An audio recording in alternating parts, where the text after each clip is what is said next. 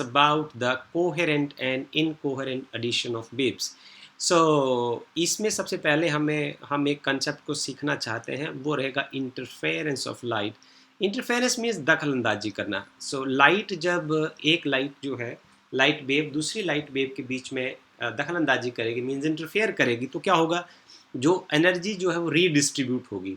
तो दोनों वेव्स की जो एनर्जी है वो पर्टिकुलर मीडियम में दोबारा फिर से डिस्ट्रीब्यूट होगी, और वो जो डिस्ट्रीब्यूशन होगा वो नॉन यूनिफॉर्म हो जाएगा, बेढंगा जिसको हम बोलते हैं, उसमें कोई एक ऑर्डर नहीं होगा. तो इस तरीके के प्रोसेस को हम बोलते हैं इंटरफेरेंस ऑफ लाइट. तो अब हम कुछ लैंग्वेज का इस्तेमाल करके इसी चीज़ को समझने की कोशिश करते हैं, और इसको हम ऐसे कुछ लिखेंगे. ये एक ऐसा फिनोमिना है जिसमें हम पढ़ते हैं non uniform distribution of energy. किसी मीडियम में जब non uniform distribution of energy होता है, और उसका कारण क्या बनता है, उसका कारण ये बनता है कि जब दो वेव्स इंटरफेयर करती हैं, when two light waves interfere with one another and results to the non-uniform distribution of energy in the medium, this is called interference of two light waves, right? Interference के phenomena को समझने के लिए हमें सबसे ज़रूरी है सुपरपोजिशन प्रिंसिपल को समझना, क्योंकि सुपरपोजिशन प्रिंसिपल के ऊपर ही फंडामेंटली सारी जो इंटरफेरेंस ऑफ लाइट है वो बेस है इसका.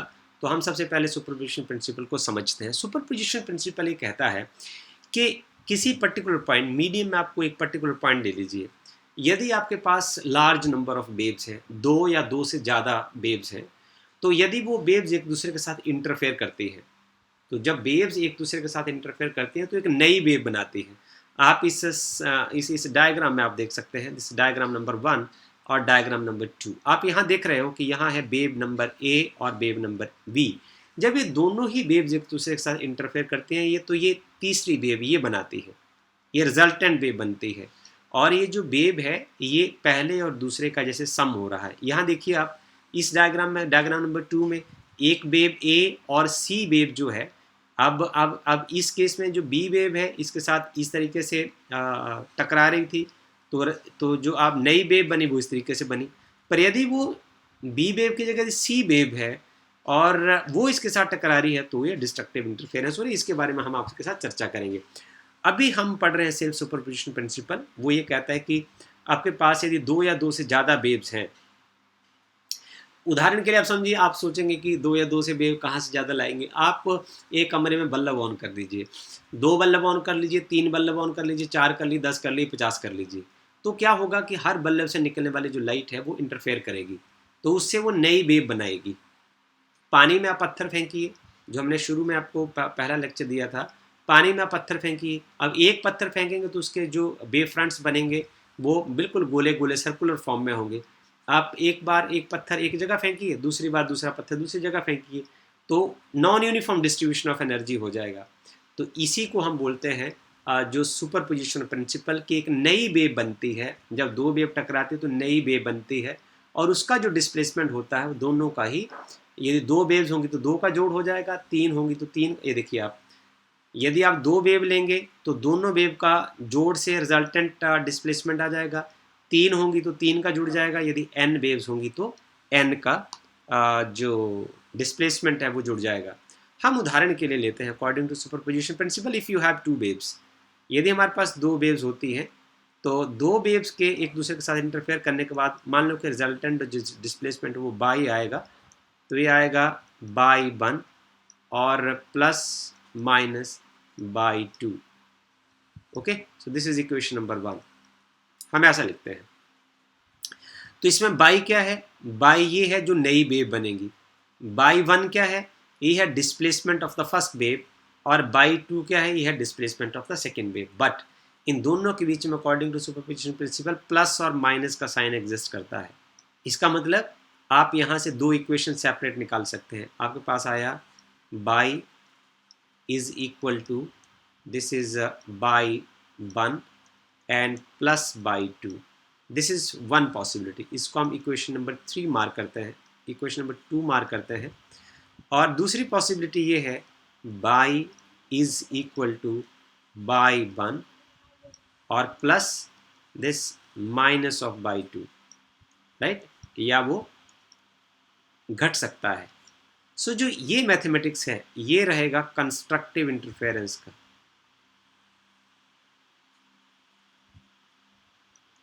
This leads to constructive interference,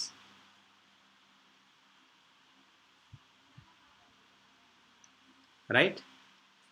And this leads to destructive interference.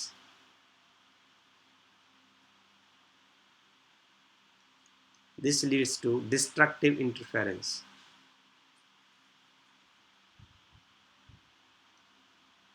This leads to destructive interference, right? सो ये रहेगा उसका मैथमेटिक्स। अब आप इसको पिक्चर से यदि समझना चाहते हैं, आपके माइंड में एक पिक्चर बननी चाहिए कंस्ट्रक्टिव और डिस्ट्रक्टिव इंटरफेरेंस की, तो उसको हम इस तरीके से समझने की कोशिश करते हैं। अब ये रहा हमारा प्रोसेस। ये देखिए, पहले हमारे पास तीन वेव्स हैं यहाँ, A B and C. So C here, जो आपके पास वेव ए है उसका जो एम्पलीट्यूड है, एम्पलीट्यूड मीन्स मैक्सिमम डिस्प्लेसमेंट जो है वो ए है। इसका जो मैक्सिमम एम्पलीट्यूड है वो ए है। और जो बी वेव है उसका जो मैक्सिमम एम्पलीट्यूड है वो बी है। Its maximum amplitude is A and its maximum amplitude is B. So जो इन दोनों को इंटरफेयर करने के बाद नई वेव बनेगी, उसका जो मैक्सिमम एम्पलीट्यूड हो जाएगा वो हो जाएगा sum of the two A plus B. यदि ऐसा हो, ऐसी इंटरफेरेंस को हम बोलते हैं कंस्ट्रक्टिव इंटरफेरेंस। नाम से भी आपको क्लियर हो जाएगा, इंटरफेरेंस का मतलब होता है दखलंदाजी करना, कंस्ट्रक्टिव का मतलब होता है दखलंदाजी करने के बाद चीज़ें इंक्रीज हो जाना, कंस्ट्रक्ट करना, निर्माण होना चीज़ों का, राइट? तो उसका फ़ायदा हुआ है। सो यहाँ हो जाएगा, इसका जो एम्पलीट्यूड हो जाएगा the sum of the two is the maximum displacement will now increase and it will become A plus B. So this is the example of constructive interference. There is another example for us to do. This is another part of this is discussion is the destructive interference. अब इस case में आपके पास जो first wave है this will remain as it is. यहाँ वही wave और जिसका जो मैक्सिमम एम्पलीट्यूड है वो A है। और यहाँ देखिए ये अनदर वेव है C, जिसका एम्पलीट्यूड जो है वो C है। बट आप यहाँ डिफरेंस देखें, B में जो वेव का मैक्सिमम एम्पलीट्यूड अपवर्ड डायरेक्शन में है और उसी पॉइंट के ऊपर C का जो एम्पलीट्यूड है वो डाउनवर्ड डायरेक्शन में है। तो ये जब इस तरीके की A और C वेव्स एक दूसरे के साथ इंटरफेयर करेंगी तो जो रिजल्टेंट डिस्प्लेसमेंट होगा उसमें this is equal to y, ये आपके पास आ जाएगा ए जो इसमें जो रिजल्टेंट डिस्प्लेसमेंट आएगा हम ऐसे लिखते हैं पहले, by is equal to y 1 minus by 2। So here in this case B plus minus of C आ जाएगा। So the resultant displacement will now decrease and then resultant amplitude as a result of this will then decrease. So this leads to the destructive interference. So इस paragraph में हमने ये पढ़ा कि interference क्या होती है, सुपरपोजिशन प्रिंसिपल क्या होता है और कंस्ट्रक्टिव और डिस्ट्रक्टिव इंटरफेरेंस क्या होती है। Okay, constructive interference. So here we are going to discuss about the constructive interference. This is we are going to study about the constructive interference.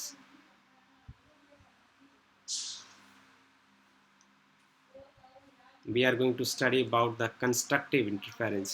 So constructive interference को समझने के लिए हम क्या करते हैं, सबसे पहले हम एक एग्जांपल लेते हैं।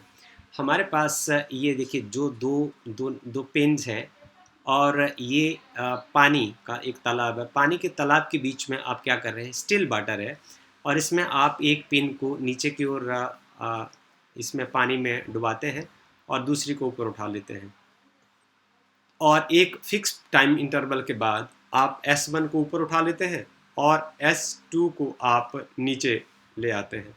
सो जैसे ही आप इस पिन को S1 पॉइंट के ऊपर ऐसे पानी में डुबाते हैं तो क्या होगा, उससे एक वेव बनेगी।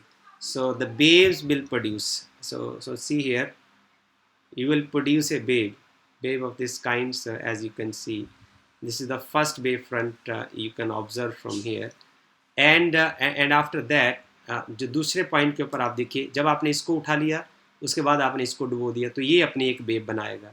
सो it will produce a wave of this kind, right. It will produce a wave of this kind.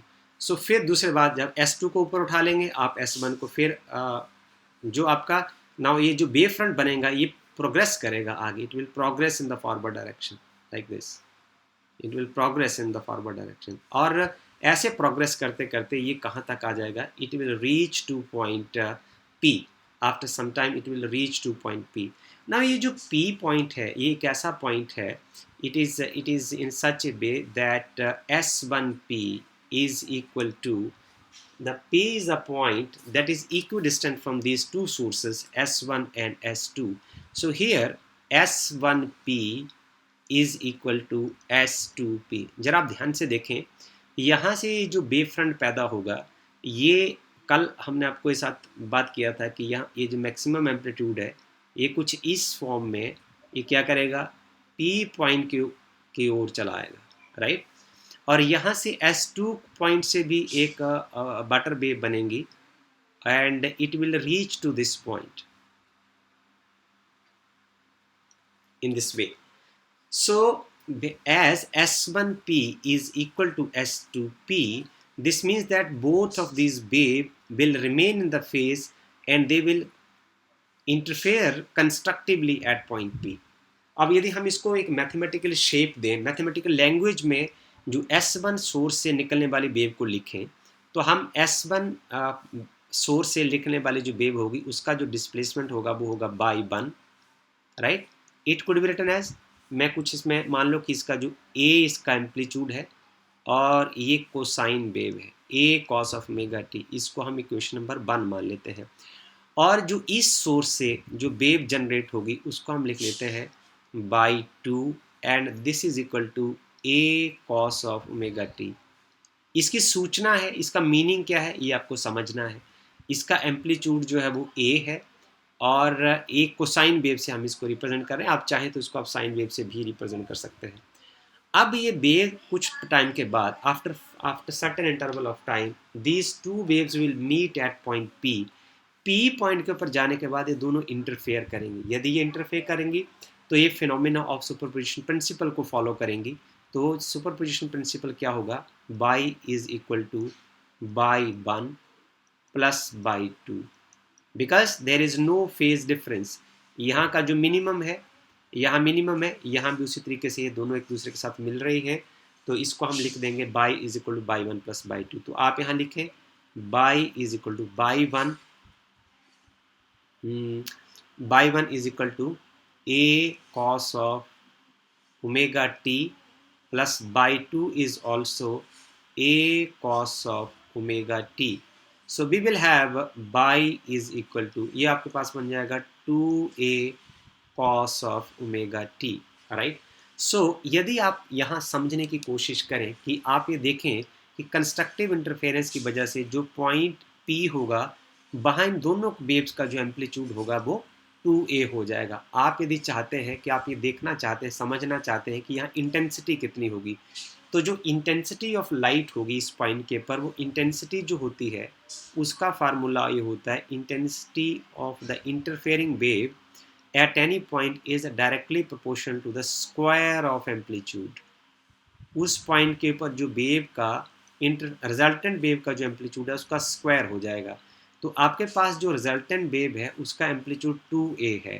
तो इंटेंसिटी इस पॉइंट के ऊपर क्या हो जाएगी, इंटेंसिटी इस पॉइंट पर इंटेंसिटी जो होगी is equal to some constant, उसकी हम बात नहीं करेंगे, और ये आ जाएगा एम्पलीट्यूड यहाँ है 2A square.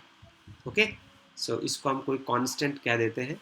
It is 2A square. So intensity at this point P is equal to, let this constant is equal to 1, for example, let this constant is equal to 1, then this intensity is equal to 4 times A square.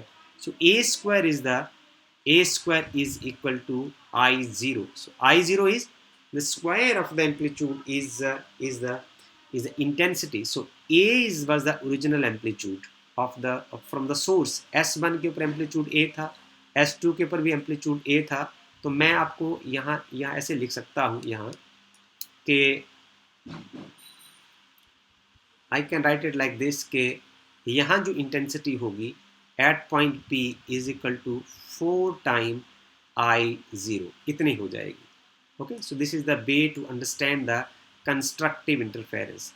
इस interference pattern को थोड़ा सा समझने के लिए हम picture आपको ये दिखाने के लिए हमने लगाई है, और इस पिक्चर को हम कॉन्सेंट्रेट करते हैं कि कोशिश करते हैं कि आपको ये समझ आए. अच्छा, ये देखिए, हम इसको रीड्रॉ करते हैं कि फॉर एग्जांपल आपके पास दो पॉइंट्स हैं, दो सोर्सेज हैं, और उनका जो लोकेशन है वो कुछ इस तरीके का है. This is the location of the 2 points. अब यहाँ से फॉर एग्जांपल कि ये S1 और S2 जो सोर्सेज हैं वो यहाँ हैं. अब यहाँ से जो वेव जनरेट होगी वो कुछ इस तरीके से जनरेट होगी. ये देखिए, इसको हम ये कलर चूज़ करते हैं, ये वाला. ये देखिए, एक पहली वेव जो है वो कुछ इस तरीके से बनेगी. ये फर्स्ट वेव फ्रंट होगा. ये देखिए, पर किसी टाइम t के ऊपर आपने ये रखा तो ये ऐसे हो जाएगा. यहाँ से आपने समझना है. और दूसरा जो S2 पॉइंट के ऊपर होगा वो वेव फ्रंट ही ऐसा हो जाएगा. ओके, अभी ये इंटरफेयर नहीं किए हैं. फिर ये जो वेव फ्रंट है वो प्रोग्रेस करेगा आगे, फिर अगली स्टेज पर ये चला जाएगा. ये देखिए, एक एक हम और कलर चूज़ करते हैं. ये डॉटेड पार्ट इन्होंने बनाया, एक ये वाला पार्ट हो जाएगा दूसरा. ओके, और यहाँ जो है वो स्मॉल सर्कल आप इससे लिख सकते हैं, और ये डॉटेड पार्ट को हम ऐसे लिखते हैं. आप देखते चले जाना, इसमें बड़ी समझने वाली बात जो है वो आएगी. उसके बाद आप चलें कि इसका जो अगला जो डार्क सर्कल है वो कुछ इस तरीके का होगा, और नीचे वाले सर्कल में चलें. अब इंटरफेरेंस प्रोसेस जो है वो शुरू हो गया है. Now you can see like this. Now the wavefront start interfering. ये है redistribution of intensity of light. अब उसके बाद जो स्मॉल सर्कल आएगा उसको हम ब्लू कलर से ही सेलेक्ट करेंगे. ये देखिए, आप इसको देखें ज़रा ध्यान से, तो ये कुछ इस तरीके का होगा. कि ब्लू को ब्लू के साथ ही रखेंगे हम दोनों की ओर से. You can see it. इसमें क्या होगा कि एक पॉइंट जहाँ जो एम्पलीट्यूड मैक्सिमम होगा और एक पॉइंट जहाँ एम्पलीट्यूड मिनिमम होगा. सो इस तरीके से वेव फ्रंट जो है वो ऐसे इंटरफेरेंस होती है. इस इंटरफेरेंस फिनोमेना को समझने के लिए ये आपके पास एक बेटर पिक्चर है, और ऐसे आप इसको समझ सकते हैं. You can understand it like this. So आप यहाँ देख रहे हैं कि एक पॉइंट ऐसा आता है जहाँ एम्पलीट्यूड 0 होता है. उस पॉइंट को हम बोलते हैं node. So n is called node. तो ये पॉइंट हुआ नोड जहाँ एम्पलीट्यूड 0 होगा. जब दो वेव्स इंटरफेयर करेंगी और जहाँ एम्पलीट्यूड 0 हो जाए उसको हम बोलते हैं नोड, और जहाँ एम्पलीट्यूड मैक्सिमम हो जाए उसको हम बोलते हैं एंटी नोड. ये आपने +1 में भी पढ़ रखा है. सो this is what the interference pattern is. This is a redistribution of intensity of the wave. So some point of time it is maximum, some point of time it is minimum. So when it is the amplitude is 0, then it is called node, and when it is maximum it is called antinode. So this is what we have to learn from here. And then यदि मान लो कि हमारे जो sources है, both of these sources are equidistant from point P. यदि P point से हमारे जो दोनों सोर्सेज हैं वो इक्वल डिस्टेंसेस के ऊपर इक्वल डिस्टेंस के ऊपर है. हमने पढ़ा कि S1P is equal to S2P हो यदि हो तो इस पॉइंट के ऊपर कोई फेज डिफरेंस ना होने की वजह से कंस्ट्रक्टिव इंटरफेरेंस होती है. ये हमारे डिस्कशन का पार्ट रहा अभी तक. हम इस बात की चर्चा करते हैं ऐसा भी तो हो सकता है कि एक बच्चा जो है पानी में पत्थर फेंकता है अलग जगह, दूसरा बच्चा जो है कुछ दूर अलग अलग पॉइंट के ऊपर फेंकता है, तो तब भी वेव्स पैदा होंगी, तब भी वेव फ्रंट्स पैदा होंगे और किसी पॉइंट P की ओर आएंगे. यदि कुछ ऐसी घटना घटती है तो हम इस केस को पढ़ने की कोशिश करते हैं, तो हमारा जो मैथमेटिक्स है वो किस तरीके का हो जाएगा. ये बहुत सुंदर उदाहरण आपके पास दिया है. ये आप फिगर नंबर A में आप देख सकते हैं. इसको देखने से पहले आपको कुछ मैथमेटिक्स समझना है जो बड़ा मज़ेदार होगा. ये देखिए, आपको एक चीज़ समझनी है कि सर्कल है, इस सर्कल को ध्यान से देखिए. देखिए, ये एक सर्कल है. ओके, इस सर्कल का मैथमेटिक्स कैसा होता है अब इसको समझना है. इस सर्कल का मैथमेटिक्स क्या होगा. इस सर्कल को यदि हम टाइम की टर्म में पढ़ें, लेंथ की टर्म में पढ़ें। इसको पढ़ने के तरीके हैं। यदि इस सर्कल को हम लेंथ की टर्म में पढ़ें तो ये एक वेव की लेंथ होती है। आप इसको ब्रेक करके कुछ हम इसको ऐसे लिख देते हैं। सर्कल को यदि हम दो पार्ट में डिवाइड कर दें तो इसका जो अपर पार्ट है उसको आप ऐसे रख दीजिए, ओके, और जो लोअर पार्ट है उसको आप ऐसे अरेंज कर दीजिए। ये सर्कल हो गया। अब यहाँ से लेके यहाँ तक का जो पॉइंट है, हम इसको थोड़ा सा कलर करके आपको दिखाते हैं। देखिए, जो इसका ये वाला पार्ट है ये आधा सर्कल हो गया, आधी वेवलेंथ होगी। फॉर एग्जांपल ये वाला पार्ट हो गया। जो नीचे वाला पार्ट है वो ये है, वो बाकी बचा हुआ आधा सर्कल है। मैंने इसको इस तरीके से अरेंज कर दिया। अब जरा देखिए इसको लिखने के तरीके क्या है, इसका मीनिंग क्या है। ये है, यदि हम इसको टाइम की टर्म में लें तो इसको हम कुछ इस तरीके से लिख सकते हैं कि यहाँ तक, ये आपने +1 में सब कुछ पढ़ रखा है। यहाँ टाइम हो जाता है T/4, यहाँ टाइम हो जाएगा T/4, और इस पॉइंट पर हो जाएगा टाइम आधा T/2, और यहाँ तक टाइम हो जाता है 3T/4, और यहाँ तक हो जाता है full time period T, right. यदि आप इसको एंगल की टर्म में पढ़ते हैं तो यहाँ तक ये हो जाता है π/2 90 डिग्री। यहाँ तक आप जाएं तो ये हो जाता है पाई, यहाँ तक आप पहुँच जाएं तो ये हो जाता है 3π/2, और यहाँ तक आप पहुँच जाते हैं तो ये हो जाता है 2π, राइट। अब आप देखिए, आपको आपने एक कंसेप्ट वेव लेंथ का पढ़ा है। वेव लेंथ क्या होती है? वेव लेंथ सिर्फ आप यहाँ समझें, हम इसको ब्लैकिश करके आपको दिखाने की कोशिश करते हैं। देखिए, जो वेव लेंथ होती है ये वेव लेंथ होती है। ये जो सर्कल के ऊपर मैंने, ओके, मैं इसको दोबारा फिर से बनाने की कोशिश करता हूँ अलग कलर से।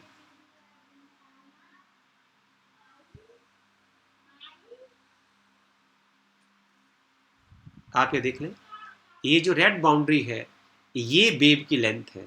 तो वेव कैसे बनी? वेव इस तरीके से जाती है, आधा सर्कल और ये आधा सर्कल। ये जो लेंथ है, लेंथ हम यहाँ कहें कि O से लेके T तक, या O से लेके, इस पॉइंट को मैं A लिख देता हूँ। OA is the wave length. देखिए, यदि आप इसको लेंथ की टर्म में बात करें तो एक गोले को आप बोलेंगे लैम्डा। यदि टाइम पीरियड की टर्म में बात करें, टाइम के टर्म में बात करें तो एक गोले को आप बोलते हैं time period of the wave. और यदि आप इसको एंगल की टर्म में बात करें तो उसी का नाम होता है 2π। अब समझ गए, तीनों का एक ही मतलब है। लेंथ की टर्म में लैम्डा एक सर्कल को बताता है, टाइम की टर्म में जो कैपिटल T है वो एक सर्कल की सूचना देता है, और एंगल की टर्म में 2π जो है वो एक सर्कल की सूचना देता है। इस चीज को आपने आराम से पकड़ लेना, बाकी चीजें आपको खुद समझ आ जाएंगी। अब हम कॉन्सेंट्रेट करते हैं कि अब हमारे पास जो पॉइंट ऑफ ऑब्जर्वेशन है वो Q, उसका हमने नाम रख दिया। जैसे यहाँ हमने नाम P रखा था, अब हमने Q रख दिया। ये रहा आपका सोर्स S1 जो Q पॉइंट के बहुत क्लोज है। हमने लिखा कि S1 और Q के बीच में जो है वो 7 वेवलेंथ का जो है वो डिफरेंस है। इसका मतलब क्या हुआ? 7 गोले बनेंगे।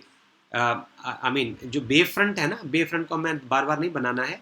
वो देखो, ये बनी पहला एक गोला, नंबर 1, ये हो गया दूसरा। वो किस तरीके से बनेंगे, वो किस तरीके से बनेंगे? 7 वेवलेंथ कैसे हुई?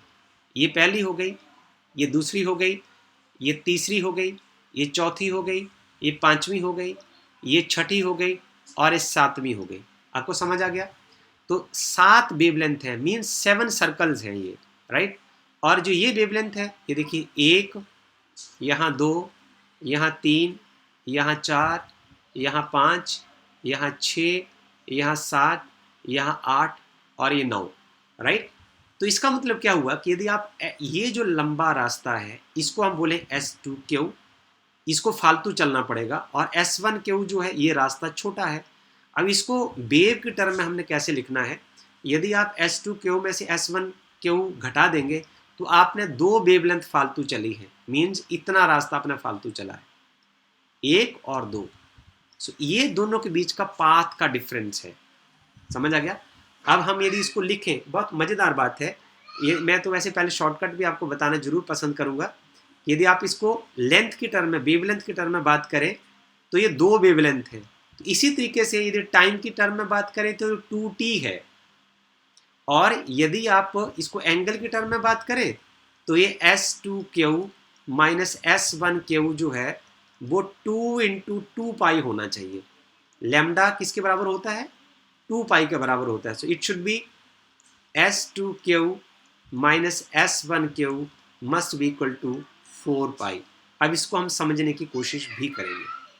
अब हम इसको मैथमेटिक्स से समझने की कोशिश करते हैं, फिर आपको ब्यूटी ऑफ मैथमेटिक्स समझ आ जाएगा। उदाहरण के लिए मान लिया जाए कि जो S1 पॉइंट से जो वेव निकल रही है उसको लिखने का मैथमेटिक्स से हुआ y1 उसका डिस्प्लेसमेंट हुआ, और ये इसका एम्पलीट्यूड हुआ, ये वाला पार्ट, ये जो हाइट है ये इसका एम्पलीट्यूड हुआ, और ये हुआ मैक्सिमम एम्पलीट्यूड a, और इसको हमने कोसाइन वेव की फॉर्म में लिखा a cos of omega T. ये इक्वेशन नंबर आपकी 1 हो गई, राइट।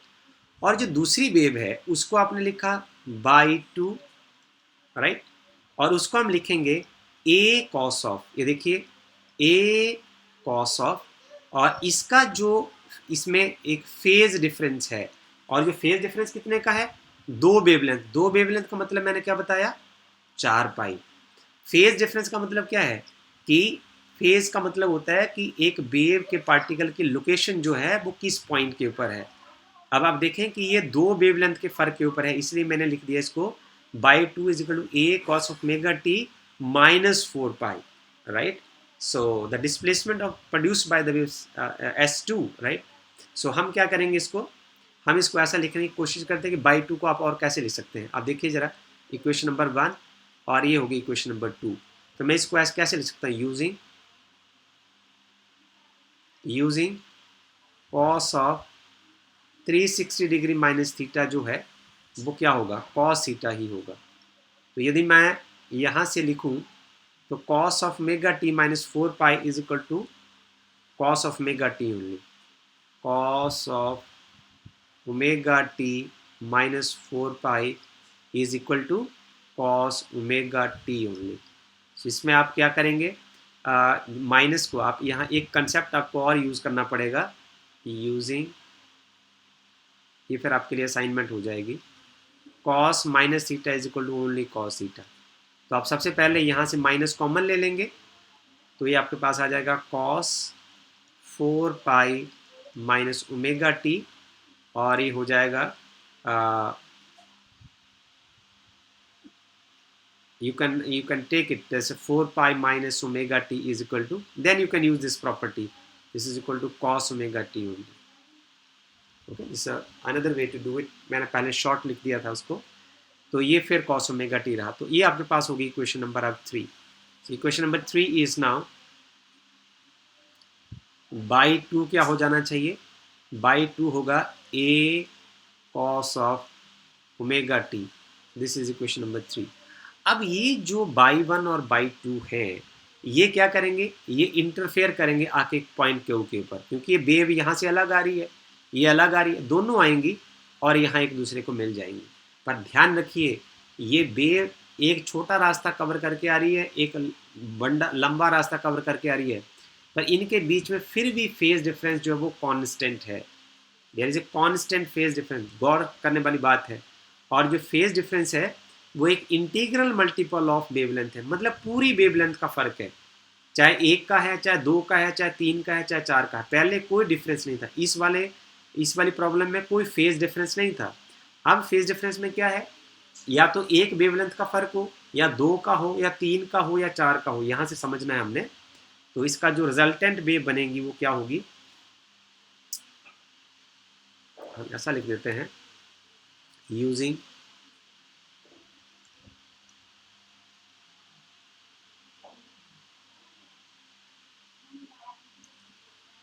हम सुपरपोजिशन प्रिंसिपल का फिर इस्तेमाल करते हैं, तो क्या आपके पास क्या आ जाएगा? By is equal to y 1 plus y 2।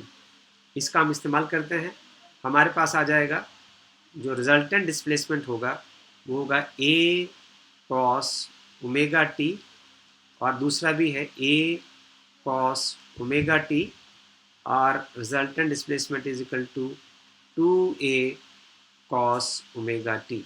So this is equation number 4 now. अब आप इस पॉइंट के ऊपर देख सकते हैं कि यदि इस पॉइंट के ऊपर आप इंटेंसिटी देखना चाहते हैं तो इंटेंसिटी फिर उतनी आएगी. Intensity at point Q,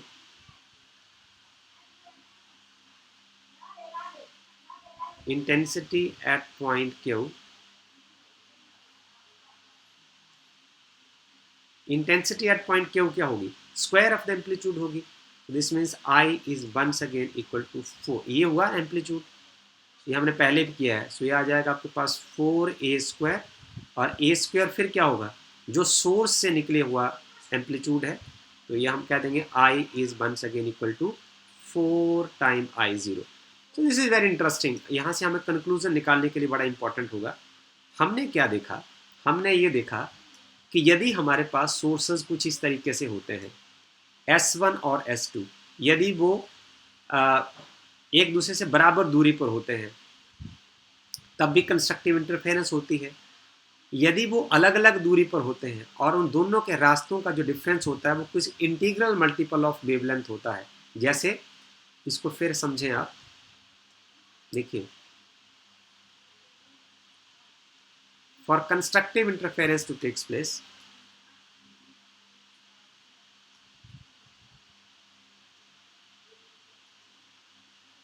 for constructive interference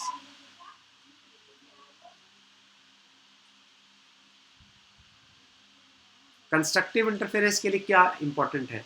ये देखिए, या तो S1P जो है वो S2P के बराबर है तब भी कंस्ट्रक्टिव इंटरफेरेंस होगा, और क्या होगा?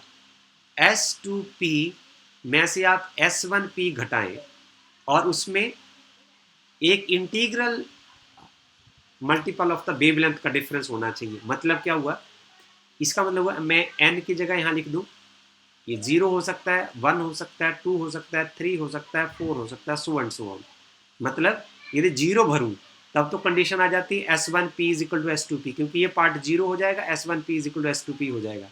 यदि 1 भरूँ तो S2P माइनस S1P. यदि उत्तर आता है एक वेवलेंथ, एक वेवलेंथ मीन्स एक गोला, एक सर्कल का फर्क हो, तभी कंस्ट्रक्टिव इंटरफेरेंस होगी. या S2P में से S1P को घटाएं तो जैसे दो वेवलेंथ का फर्क हो, जैसे ये एग्जांपल दिया हुआ आपके पास यहाँ, ये इस तरीके का यदि एग्जांपल, तब भी कंस्ट्रक्टिव इंटरफेरेंस होगी. और तब भी कंस्ट्रक्टिव इंटरफेरेंस होगी जैसे S2P में से S1P घटाएं, यदि तीन वेवलेंथ का फर्क होगा. S2P माइनस S1P यदि चार वेवलेंथ का फर्क होगा. तो इस हर स्टेज में कंस्ट्रक्टिव इंटरफेरेंस होगी और इंटेंसिटी इस फार्मूले से दी जाएगी. सो this is all about the mathematics of constructive interference, right. Condition ऐसी हो कि S1P जो है वो S2P के बराबर हो तो इंटरफेरेंस कंस्ट्रक्टिव हुआ. फिर हमने पढ़ा यदि S2P और S1P को यदि सब्ट्रैक्ट किया जाए और एक इंटीग्रल मल्टीपल ऑफ वेवलेंथ बने तो भी कंस्ट्रक्टिव इंटरफेरेंस होगा.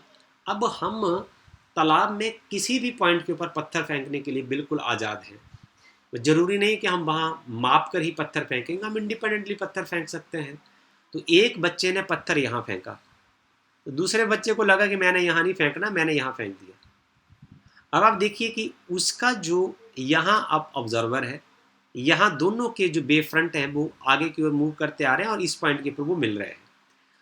अब जो S1R का जो डिस्टेंस है अब एग्जैक्ट वेवलेंथ नहीं है, 9.75 टाइम लैम्डा है.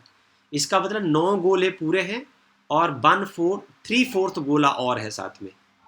एक गोला जो होता है, आप इसको ऐसे समझ जाएं दोबारा फिर से कि ये देखिए, ये है एक वेवलेंथ, ये है एक वेवलेंथ, राइट. सो एक वेवलेंथ का मतलब ही है लैम्डा है, ये एक वेवलेंथ है. इसको आप लैम्डा की टर्म, वेवलेंथ की टर्म में बोले तो इसको लैम्डा बोलते हैं, एंगल की टर्म में बोलेंगे तो इसी को ही आप 2π बोलते हैं, right. So this is 9.75 lambda, या 9.75 लैम्डा की जगह आप 2π रख सकते हैं एंगल की टर्म में, राइट. सो इस तरीके से है। और जो S2 से लेके R का जो डिस्टेंस है वेवलेंथ की टर्म में वो 7.25 लैम्डा है। अब आप यदि यहाँ से इनका पाथ डिफरेंस निकालें, रास्ते में कितना फ़र्क है दोनों का, S2R माइनस S1R करें तो वो -2.5 लैम्डा आएगा। हम कोशिश करते हैं कि जो इस पॉइंट से वेव चलती है उसकी वेव इक्वेशन क्या हो जाएगी, वो हो जाएगी y 1 is equal to A cos of omega T, right. So y 1 is equal to A cos of omega T. So जो बाई 2 है वो क्या होना चाहिए, y 2 is equal to A cos of omega T, तो वैसे का वैसा ही रहेगा। पर अब दोनों के बीच में फेज डिफरेंस है क्योंकि दोनों वेव जो है वो इकट्ठी नहीं चल रही है। तो हमें एक इंपॉर्टेंट रिलेशन जो हमने +1 में पढ़ा है उसको याद करना है कि जो फेज डिफरेंस होता है, जो फेज डिफरेंस होता है उसका फार्मूला होता है 2π/λ। यहाँ भी आप ध्यान से देखें, ये भी गोला है ये भी गोला है, into path difference, into path difference. तो आप ये समझ लें कि जो फेज डिफरेंस है, पाथ का कितना डिफरेंस है अब दो वेव्स के बीच में, मैग्नीट्यूड में हम बात करें तो 2.5 लैम्डा का है। 2.5 लैम्डा का मतलब दो, एक गोला, इतना रास्ता है वो, एक गोला, फिर ये दूसरा गोला, ये हो गया 2 लैम्डा, और ये हो गया आगे हाफ लैम्डा, इतना फर्क है। ऐसे समझना आपको प्रैक्टिकली। तो हम यहाँ कहें कि ये फेज डिफरेंस के टर्म में कैसा हो जाएगा, 2π/λ into path difference is 2.5 time lambda. तो इसको आप हटा दीजिए, ये आ जाएगा 10 एंड देन लैम्डा के साथ लैम्डा कैंसिल, दिस इज 5 दूने 10, 5 5 25, 2 के साथ 2 कैंसिल हो जाएगा, this is 5π।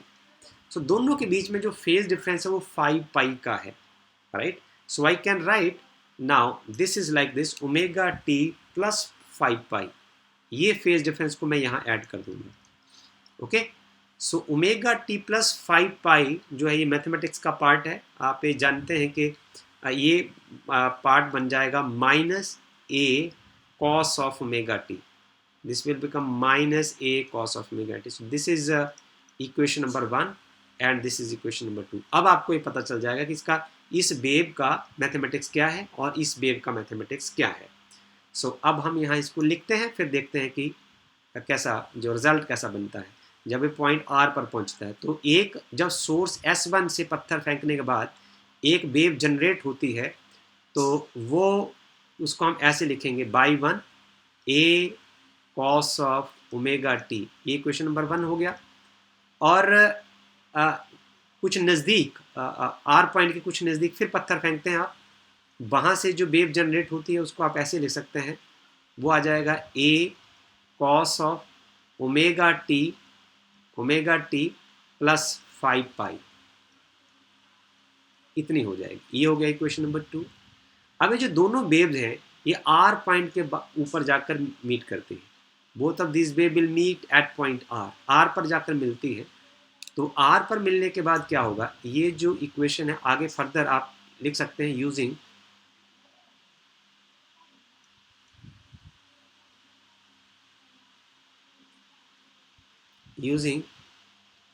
Cos omega T plus 5π।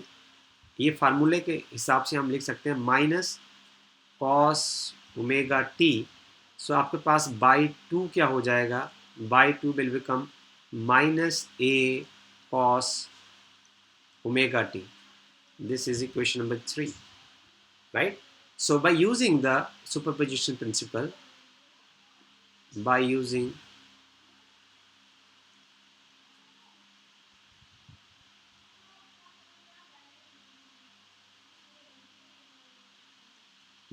superposition principle, जो resultant displacement at point R is by is equal to by 1 plus minus of by 2 आ जाएगा। So this is equal to by is equal to a cos of omega t, this is minus a cos of omega t, so this is equal to 0. So by resultant displacement at point r is equal to 0, so it leads to zero displacement. This leads to destructive interference. This leads to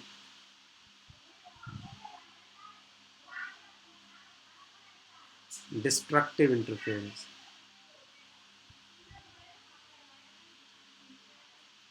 This leads to destructive interference. So this is all about the constructive and destructive interference and the mathematics of the same, right? जो हमने constructive और destructive interference के बारे में पढ़ा है उसका mathematics को हम समराइज करते हैं। तो हमने पढ़ा कि सबसे पहले हम कंस्ट्रक्टिव इंटरफेरेंस के ऊपर कॉन्सेंट्रेट करते हैं। सो कंस्ट्रक्टिव इंटरफेरेंस के लिए ये जो दो डायग्राम है वो बड़े इंपॉर्टेंट होंगे। This is diagram number 1 and this is diagram number 1 and this is diagram number 2। इन दोनों के जो पिक्चर है उसका एक मैथमेटिक्स है और उस मैथमेटिक्स को हम कंबाइन करने की कोशिश करेंगे। तो ये है हमारे पास S1P और S2P। तो इस केस में जो दोनों का पाथ है P पॉइंट से वो बिल्कुल बराबर है। और इस डायग्राम में आप देखें, it's a separate diagram for us to understand. So ये जो डायग्राम रहेगा वो कुछ इस तरीके का रहेगा। It's a separate diagram for us to study about. देखिए इसमें क्या होगा कि जो S2Q है माइनस S1Q है, ये दो वेवलेंथ का फ़र्क है। तो ये जो इसको हम कैसे लिखेंगे मैथमेटिक्स इसका, देखिए मैं इसको लिखता हूँ कि ये दोनों केसेस में कंस्ट्रक्टिव इंटरफेरेंस होता है। ये देखिए एक हम करेंगे कि S2P में से यदि आप S1P दोनों पाथ्स को घटा दें या तो आंसर 0 आए। दूसरा डायग्राम क्या कहता है, S2P में से आप S1P को आप घटाएं या तो फ़र्क आए एक वेवलेंथ का या फिर फ़र्क आए S2P माइनस S1P या दो वेवलेंथ का फ़र्क आए या फिर S2P माइनस S1P में 3 वेवलेंथ का फ़र्क आए। इसी तरीके से या 4 वेवलेंथ का फ़र्क आए, 5 का, पूरे एक वेवलेंथ का फ़र्क होना चाहिए। पूरे एक वेवलेंथ का फ़र्क का मतलब दो रास्तों के बीच में एक पूरे सर्कल का फ़र्क होना चाहिए। सर्कल में कितना रास्ता आता है 2πr, वो 2πr ही वेवलेंथ होती है। तो इसको यदि हम कंबाइन फॉर्म में लिखना चाहें तो हम ऐसा लिख सकते हैं फॉर कंस्ट्रक्टिव इंटरफेरेंस। अब एक कॉमन मैथमेटिक्स हो जाएगा फॉर कंस्ट्रक्टिव इंटरफेरेंस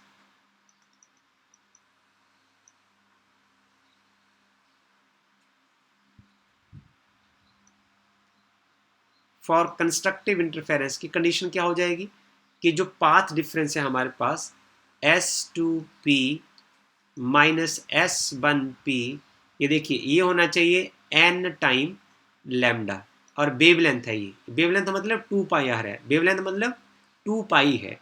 ओके, सो आप देखिए यहाँ n क्या होना चाहिए।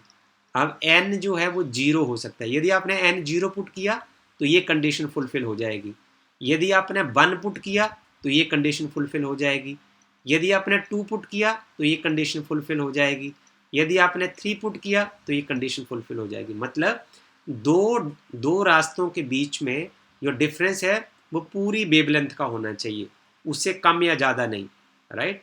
उसके बाद एक वेवलेंथ का फ़र्क पूरा हो जाए तो दोबारा अगला जो पॉइंट हो वो पूरी वेवलेंथ के बाद आना चाहिए। सो इस स्टेज पर क्या होगा, कंस्ट्रक्टिव इंटरफेरेंस होगी। और जिस पॉइंट पर कंस्ट्रक्टिव इंटरफेरेंस होगी उस पॉइंट पर जो इंटेंसिटी ऑफ लाइट होगी वो होगी 4I0। सो ये समरी हुई हमारी, ये इंपॉर्टेंट जो कंक्लूजन हमारे पास निकला कंस्ट्रक्टिव इंटरफेरेंस के लिए। अब दूसरा पार्ट है हमारे पास डिस्ट्रक्टिव इंटरफेरेंस के बारे में हमने क्या पढ़ा, तो उसका हम कुछ कंक्लूडिंग रिमार्क्स हम यहाँ लिखने की कोशिश करते हैं और वो रहेंगे ये। सो इसमें ये देखिए ज़रा आप इस एग्जाम्पल को देखिए। इस एग्जाम्पल को हम लिखने की कोशिश करते हैं दोबारा कि S2R माइनस S1R मैग्नीट्यूड में लिखते हैं। इसमें 2.5 वेवलेंथ का फ़र्क है। तो इसको मैं ज़रा लिखने की कोशिश करूँ, इसको मैं ऐसे लिखूँ कि 2 + 1/2 का फ़र्क है। इसको 2.5 बोलेंगे। यदि ये डिफरेंस ऐसा हो S2R माइनस S1R, ये 3.5 वेवलेंथ का फर्क भी हो सकता है, तब भी डिस्ट्रक्टिव इंटरफेरेंस को मतलब 3+1/2 इंटू लैम्डा, या आधी वेवलेंथ भी हो सकती है, वो हम बाद में लिखते हैं। या फिर फर्क होना चाहिए S2R माइनस S1R, ये होगी 4.5 वेवलेंथ। इसका मतलब क्या हुआ, इसको समझिए, 4 पूरे गोले और उसके बाद आधा गोला, और इतना फर्क होना चाहिए। यदि मैं इसको पिक्चर से आपको बताने की कोशिश करूं तो आप इसको ऐसे समझ सकते हैं, दो वेवलेंथ, दो रास्तों के बीच में गैप कितना होना चाहिए, ये देखो दो, ये हो जाएगा एक गोला और ये हो जाएगा दूसरा गोला, ये 2 लैम्डा हो गया। अब ये हो जाएगा आगे हाफ लैम्डा, ऐसे समझना है आपने। ये हुआ 2.5 लैम्डा, मतलब एक, जैसे हम मैं यूँ कहूँ कि जो S1R जो है, यदि S2R से 2.5 लैम्डा बड़ा, ज़्यादा लंबा है, तो उसका ये मतलब है। It is very clear, I mean इसको आप बाकी केसेस को भी आप समझ सकते हैं। यदि बनाकर समझना चाहें तो हम फिर बना देते हैं। ये देखिए 3+1/2 लैम्डा का मतलब क्या होगा, ये देखिए एक गोला, एक वेव पूरी हो गई, ये अभी हो गया 2 लैम्डा, ये हो गया 3 लैम्डा, अब है 0.5 मीन्स इतना। So now this length is 3.5 lambda, this length is 2.5 lambda, and this length is 3.5 lambda. So now you can do this assignment for you. अब हम क्या करते हैं, इसको जनरलाइज करके एक n के लिए लिखने की कोशिश करते हैं। डिस्ट्रक्टिव इंटरफेरेंस की कंडीशन क्या होनी चाहिए। नाउ कंडीशन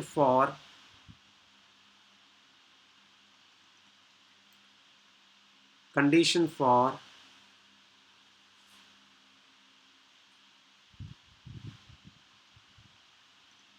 डिस्ट्रक्टिव इंटरफेरेंस, ना the condition for destructive interference क्या होगी, वो कंडीशन रहेगी कि जो पाथ रेफरेंस है, अब S2P की फॉर्म में लिखें, R की फॉर्म में लिखें, आपकी इच्छा है। ये क्या होना चाहिए, ये होना चाहिए N+1/2 इंटू लैम्डा। और यदि आपने इसको सीधा ही एंगल के टर्म में लिखना हो तो आप लैम्डा को सीधा आप 2π से रिप्लेस कर दें, उसका वही मीनिंग रहेगा। सो यहाँ होगा n होगा 0 हो सकता है, 1 हो सकता है, 2 हो सकता है, 3 हो सकता है, 4 सो एंड सो ऑन। और यदि n 0 होगा, इसका मतलब आधी वेवलेंथ का फर्क होगा, जितना मैंने ये रेड पोर्शन किया हुआ है। So you can understand the conditions for constructive and destructive interference. और इस केस में जो intensity of light at A point क्या होगी, 0 होगी। So this is all about the constructive and destructive interference, और ये आपने शायद बखूबी समझ लिया। ऐसा करते हैं कि यदि हमारे पास जो दो वेव्स प्रोड्यूस हो रही है, उनके बीच में कोई एक फेज डिफरेंस होता है, तो कुछ डायग्राम हम सबसे पहले बनाकर आपको बताने की कोशिश करते हैं कि ये कोई हमारे पास दो पॉइंट्स हैं, यहाँ सोर्सेज हैं, एक सोर्स है S1 जैसे हम बार बार कर रहे हैं, और ये कोई पॉइंट P है जहाँ बैठकर आप चीज़ों को ऑब्जर्व कर रहे हैं। सो यहाँ से पहले हम एक स्ट्रेट लाइन खींचते हैं इस तरीके से। अब इन दोनों के बीच में जो कोई एक पाथ डिफरेंस एग्जिस्ट करता है और फेज डिफरेंस भी है, और यहाँ से जो वेव है, वेव का जो शेप होगा, along this path there is a wave, and wave will be of this form,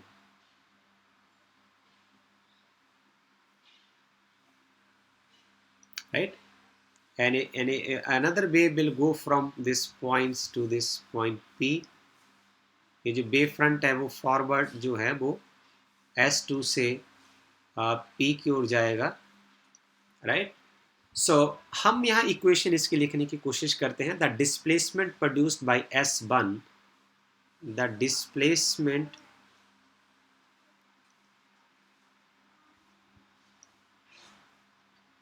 the displacement produced by source S1, वो क्या होगा, by 1 is a displacement, this A is the amplitude of the wave, and this is a cosine wave cos omega t. We can mark this as equation number 1. इसको हम equation number 1 mark कर देते हैं. Okay, इसी तरीके से आपके पास एक सोर्स और है, the displacement produced by the source S2.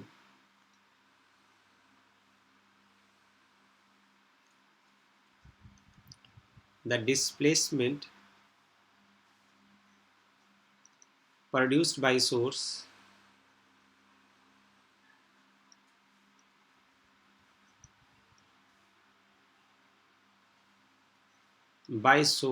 S2, तो वो डिस्प्लेसमेंट हुआ by 2 is equal to A cos of omega T plus कोई फेज डिफरेंस है दोनों के बीच में.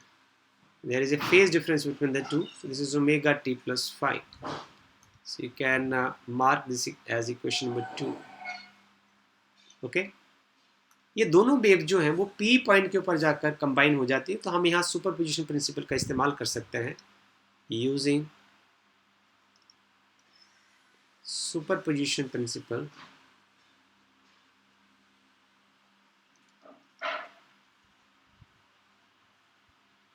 हम सुपरपोजिशन प्रिंसिपल का यदि इस्तेमाल करें तो आपके पास आ जाएगा रिजल्टेंट जो डिस्प्लेसमेंट होगा वो होगा बाई 1 प्लस बाई 2, राइट.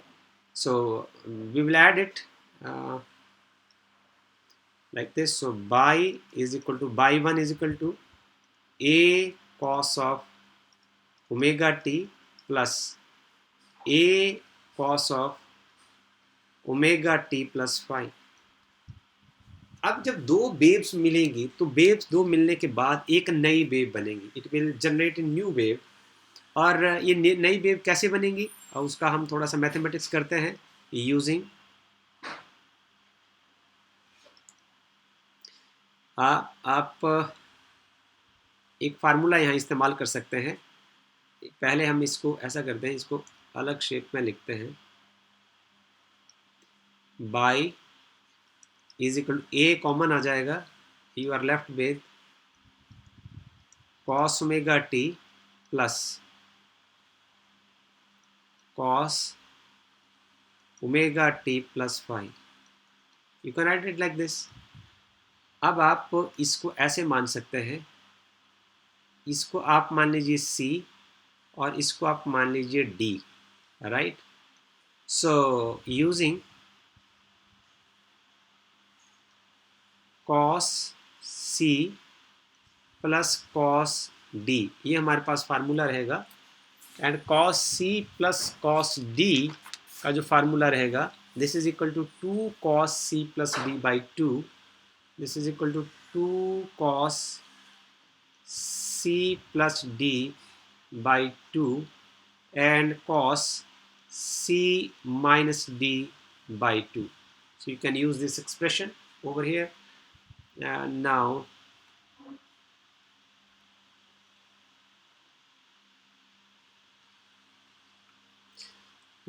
आप यहाँ लिख दीजिए C plus D. So आपके पास आ जाएगा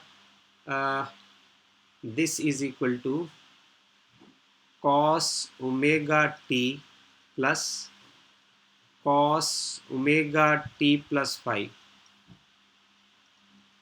is equal to 2 cos. Now C is omega t plus D is omega t plus phi by 2 into cos of C minus D. So C is omega t minus omega t minus omega t minus phi by 2. Okay, so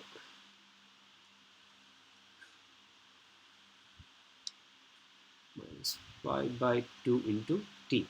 So आपके पास आ जाएगा, you are left with the two omega t, you are left with two cos, इस part से आपके पास आ जाएगा omega T plus 5/2, and और इस part में से आ जाएगा कॉस ऑफ ओमेगा टी से omega tea cancer, this is -5/2.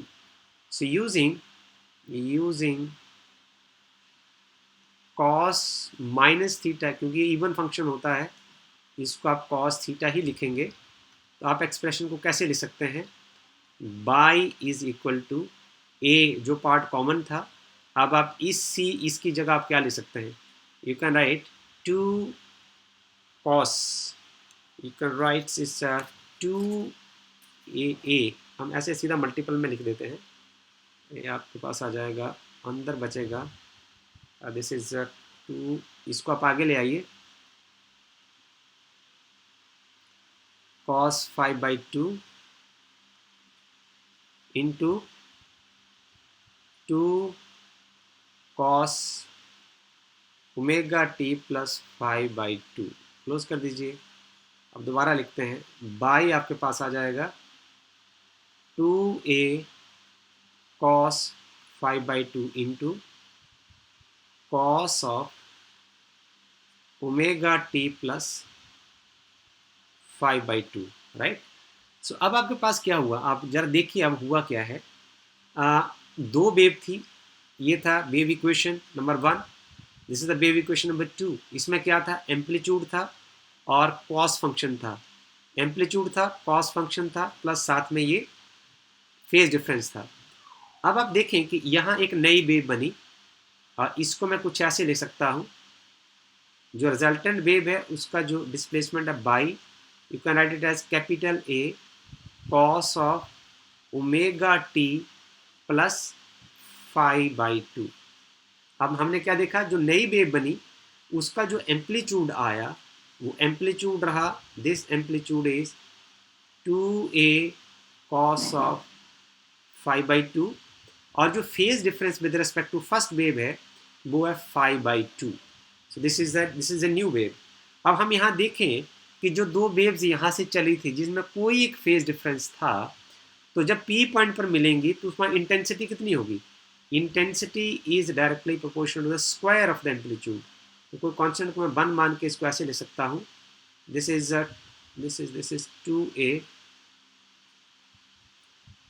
2a cos 5/2 का स्क्वायर हो जाएगा।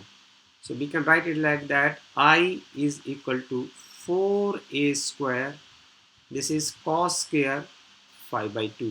So this is a square is, ये the originally जो एम्पलीट्यूड होता है वेव का, तो आप यहाँ लिख सकते हैं आगे,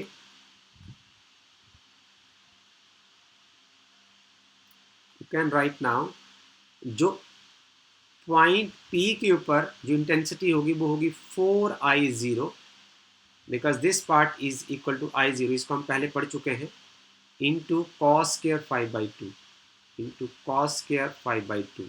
सो ये यदि दो वेव्स इंटरफेयर करती हैं किसी पॉइंट P के ऊपर, जिनके बीच में कोई फेज डिफरेंस एग्जिस्ट करता है, तो उससे जो इंटेंसिटी बनेगी वेव की उस पॉइंट P के ऊपर वो इतनी होगी। अब ये जो फेज डिफरेंस है ये कंट्रोल करेगा कि जो इंटरफेरेंस है वो कंस्ट्रक्टिव होगी या डिस्ट्रक्टिव होगी। तो इसको समझने के लिए हमें अगले पेज पर चलना होगा और इसको हम बड़े आसानी से समझेंगे। ये कॉमन आर्टिकल हो जाएगा कंस्ट्रक्टिव और डिस्ट्रक्टिव इंटरफेरेंस के लिए।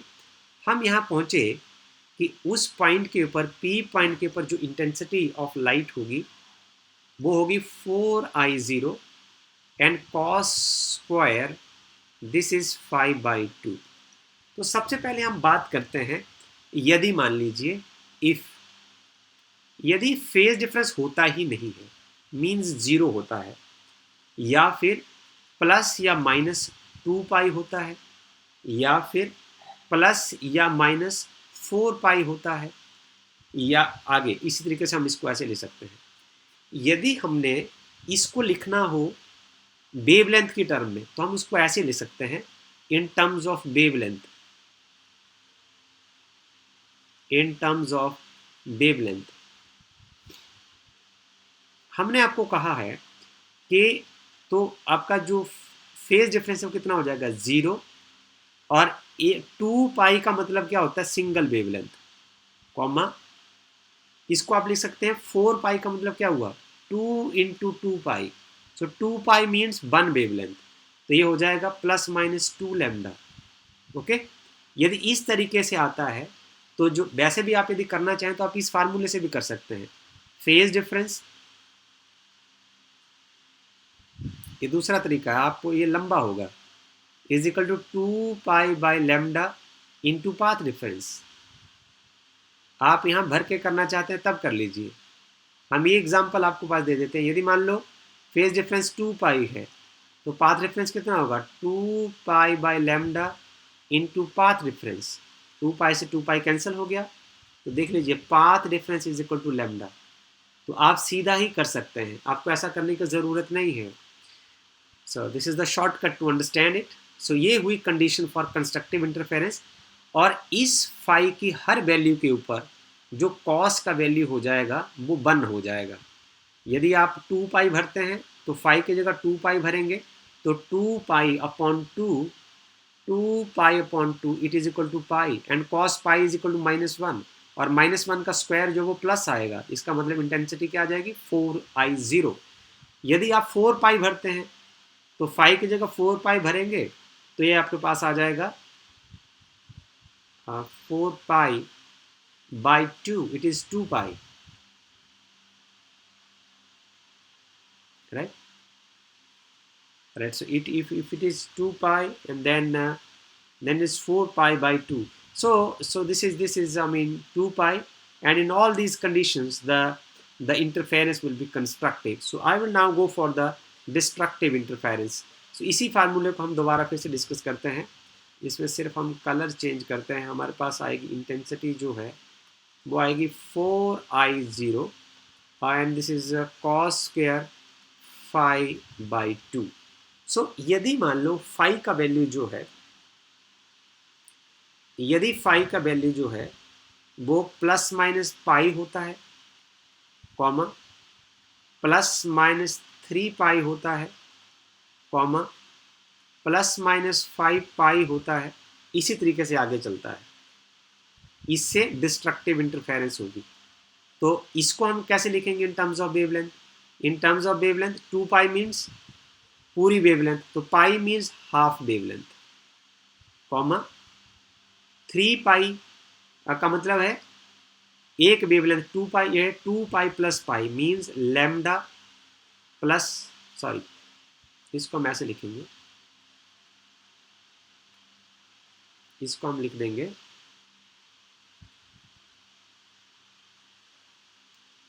2 pi plus pi, 3 pi is equal to 2 pi plus pi.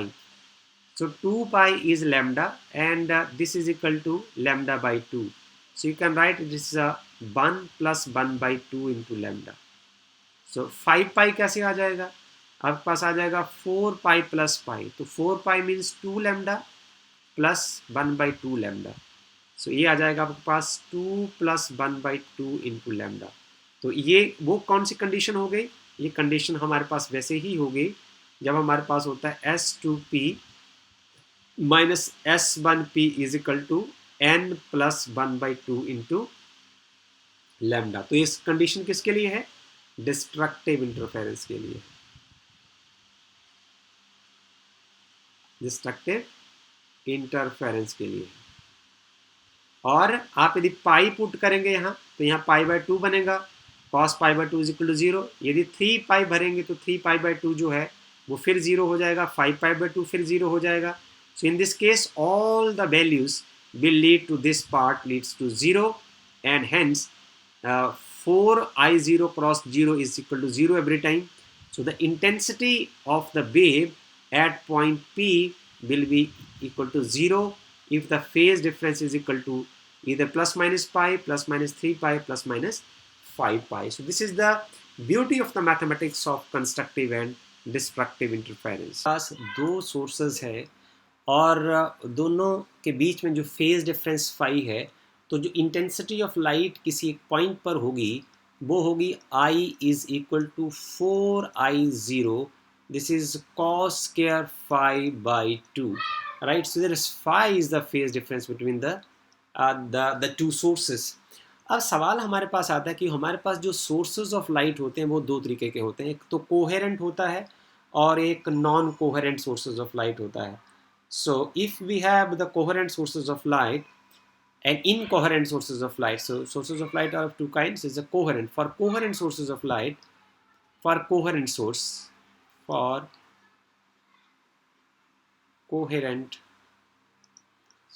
of light, यदि सोर्स ऑफ लाइट कोहेरेंट होता है, source of light, if we have coherent source of light, what will happen then? इसका mathematics से हो जाएगा कि उसका जो फेज डिफरेंस होता है वो कांस्टेंट होता है. So coherent sources of light maintain the constant phase difference. Constant phase difference का मतलब क्या है? ये वाला जो पार्ट का वैल्यू है जो कांस्टेंट हो जाएगा as it varies between 0 and 1, so it will become constant, right? So if this will become constant, इसका मतलब क्या होगा? जो intensity at every point will be, so the position of maximum and minimum will not change. इससे क्या होगा? Position of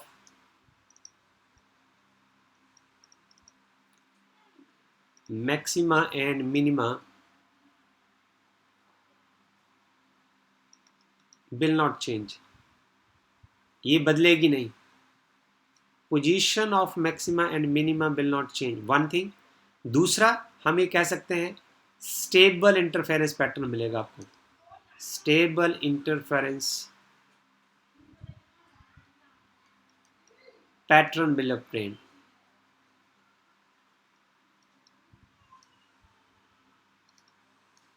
will be obtained. You will obtain the stable interference pattern. पर ऐसा भी हो सकता है कि आपका जो सोर्स ऑफ लाइट है वो इनकोहेरेंट हो. This is also possible. तो यदि इनकोहेरेंट सोर्सेज ऑफ लाइट होंगे तो क्या होगा? तो उसका मैथमेटिक्स क्या होगा? जो आपका फेज डिफरेंस है ये कांस्टेंट नहीं होगा. The phase difference will vary. मैं ऐसे लिख सकता हूँ, तो वो they cannot maintain the constancy of the phase difference. Phase difference will vary. इसमें क्या होगा? फेज डिफरेंस में चेंज आएगा. यदि फेज डिफरेंस में चेंज आएगा, position of maxima and minima will vary. Position of maxima and minima will very.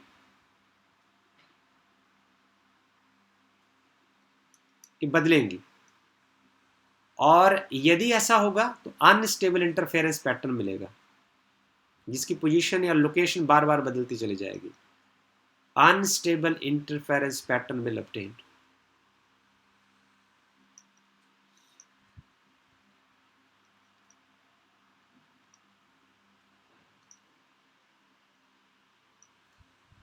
Unstable interference pattern will be obtain. तो अब सबसे बड़ी बात क्या है?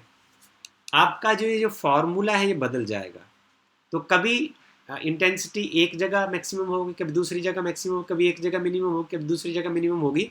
तो किसी एक पॉइंट के ऊपर आप इंटेंसिटी यदि आपने निकालनी होगी तो आप एवरेज इंटेंसिटी निकालनी पड़ेगी. सो हो जाएगा average intensity at that point. So 4I0 is constant and then average of cos square phi by 2. So ये पार्ट मैंने आपके साथ सॉल्व किया हुआ है इलेक्ट्रोमैग्नेटिक इंडक्शन में. So you can see over there. So this will leads to the average of cos square phi by 2 is 1 by 2. What does this mean? 4I0 into 1 by 2. तो आप क्या देखेंगे? आप देखेंगे कि जो एवरेज इंटेंसिटी किसी पॉइंट के ऊपर होगी वो 2I0 हो जाएगी. तो 2I0 का मतलब क्या हुआ? यदि आपके पास दो सोर्स है, इसका मतलब क्या हुआ? यदि आपके पास इनकोहेरेंट सोर्सेज हैं ये जो कांस्टेंट फेज डिफरेंस को मेंटेन नहीं कर सकते, ये दूसरा सोर्स है और ये दोनों अपनी लाइट प्रोड्यूस कर रहे हैं. फॉर एग्जांपल मान लो कि दो बल्ब हैं, अब ये दोनों अपनी लाइट प्रोड्यूस कर रहे हैं, राइट? यदि ये दोनों अपनी लाइट प्रोड्यूस कर रहे हैं और ये इनकोहेरेंट सोर्सेज हैं, तो इस पॉइंट के ऊपर जो इनकी इंटेंसिटी होगी, इसकी शुरू में जो एम्पलीट्यूड कितना है A, तो इंटेंसिटी कितनी होगी? Square of the amplitude that is I0. तो यहाँ इसका एम्पलीट्यूड भी ए है, तो इसकी इंटेंसिटी कितनी होगी, square of the amplitude that is I0। इस पॉइंट के ऊपर जो इंटेंसिटी होगी जस्ट इन दोनों का जो इंटेंसिटीज है वो ऐड हो जाएंगी। ओके, ऐसे ही यदि आप कमरे में जो दो बल्ब ऑन करते हैं तो दीवार के ऊपर जो आपके पास इंटेंसिटी अवेलेबल होगी वो 2I0 ही होगी। So this is all about the coherent and incoherent addition of the waves. So with this I'm going to close this video.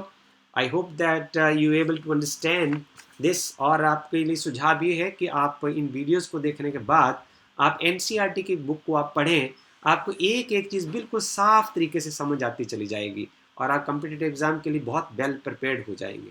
Thank you so much.